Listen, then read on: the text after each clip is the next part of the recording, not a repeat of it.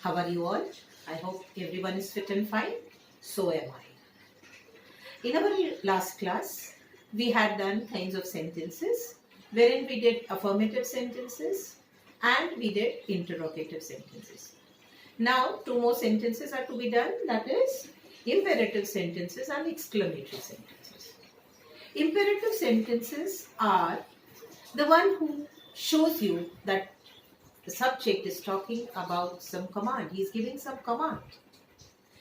The imperative sentence will also say that I am making a request. It will also say that I am giving an advice. So an imperative sentence is basically having three partners. It will show command, it will make a request, and it will also give some advice. Wherein an exclamatory sentence, it is basically on feelings and emotions. An exclamation mark is always added when an exclamatory sentence is made.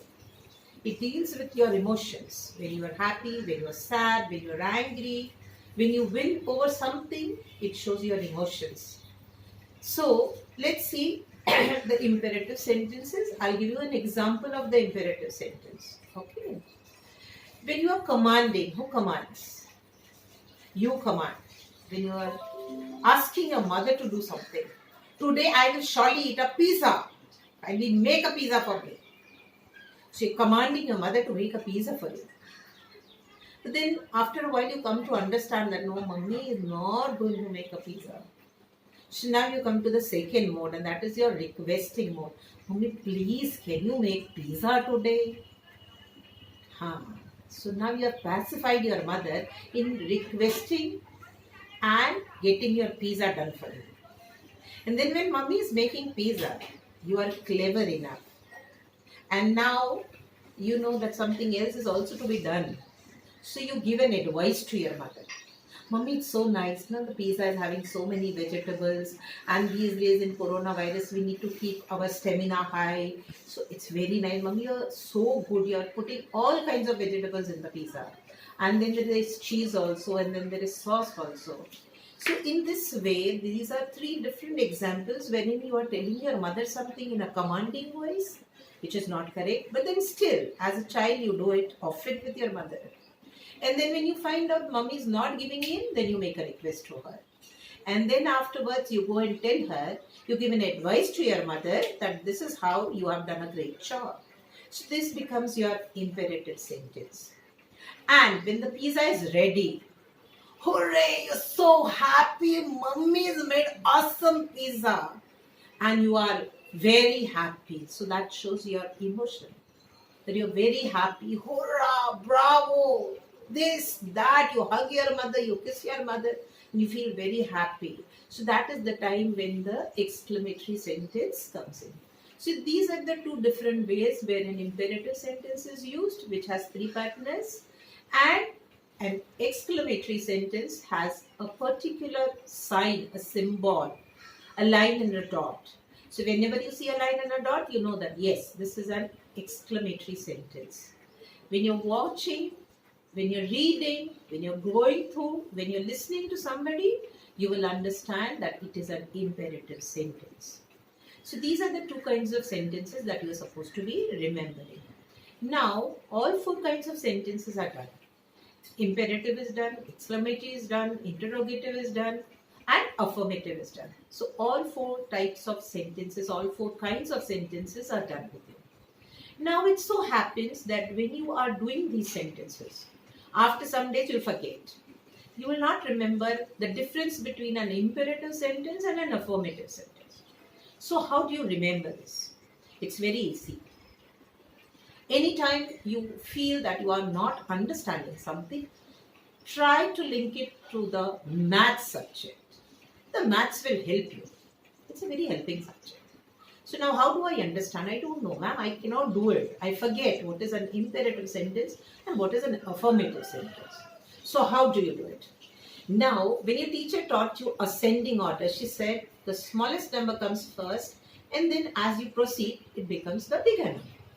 In the same way, affirmative says A first, that is the letter A, which is the first letter of your alphabet. Wherein in numbers 1, 2, 3, 4, the number 1 is also the first letter in the first number in the numerals. So you have to remember that affirmative sentence is the first letter. Affirmative also has a partner whose name is declarative. So affirmative is A says I am the first letter, D says I am the fourth letter. So both of us are small. Wherein an imperative sentence says I come very late in the alphabetical order. So with the help of these, you will understand what is an affirmative sentence and what is an imperative sentence. Affirmative and declarative are two partners. They will always go together. They mean the same, right? And they will just give you a simple sentence. Today we are going to play football. So it becomes your affirmative sentence or a declarative sentence. Wherein an imperative sentence, you will give a request. Mummy, please, I need to go and play with my friends. So you are putting a request to your mother that she should allow you to go and play with your friends. So an imperative sentence will give a command, it will give request, and it will give you some advice. So this is how you will differentiate the two from each other, and your answer will always be correct. When you are looking into your sentence, when you are reading the sentence, ask the question. If they give you an answer, then you will come to understand whether it is a request, whether it is an advice, whether it is a command, or it is just a simple sentence.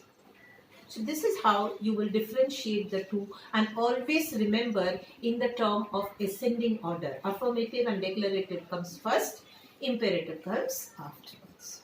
I hope you have understood this well.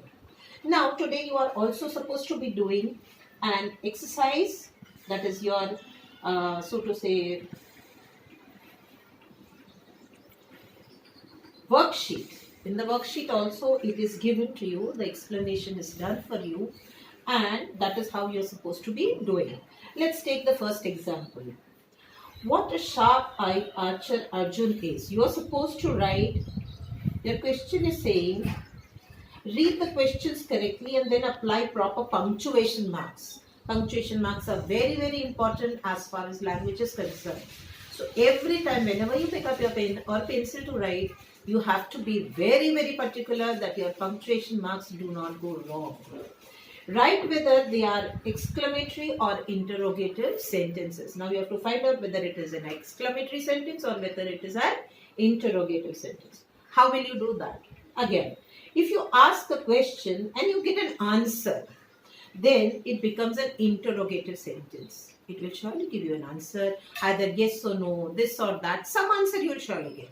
If you get an answer, then it becomes your interrogative sentence. If you ask a question and then you feel something, it will show feeling. Some feeling you will get in your head. And when you get a feeling in your head, then it is an exclamatory sentence. Now, what a sharp-eyed archer Arjun is. Now, what will you do?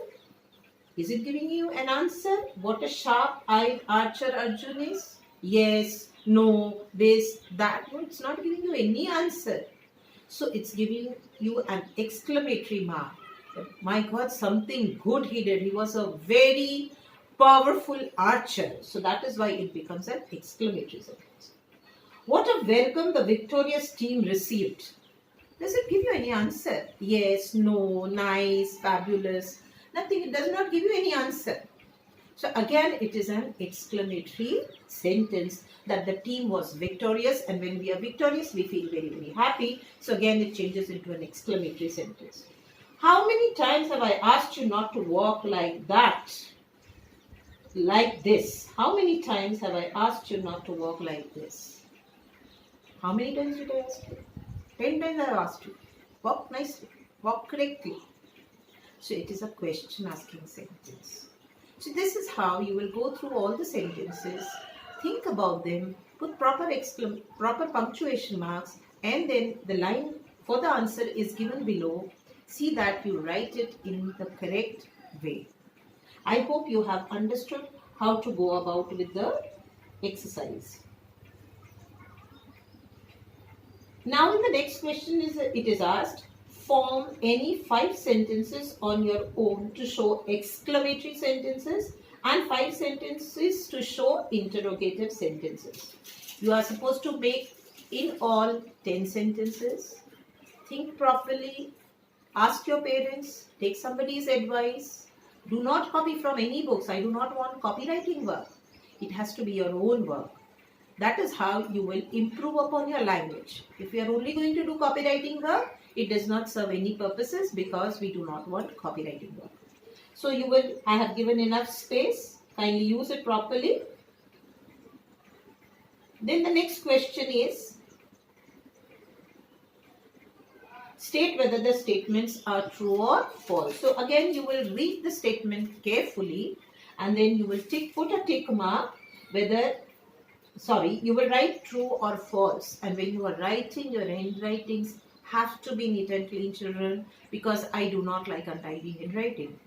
So make sure this is a homework. You have a lot of time to improve upon your handwritings and to write it neatly.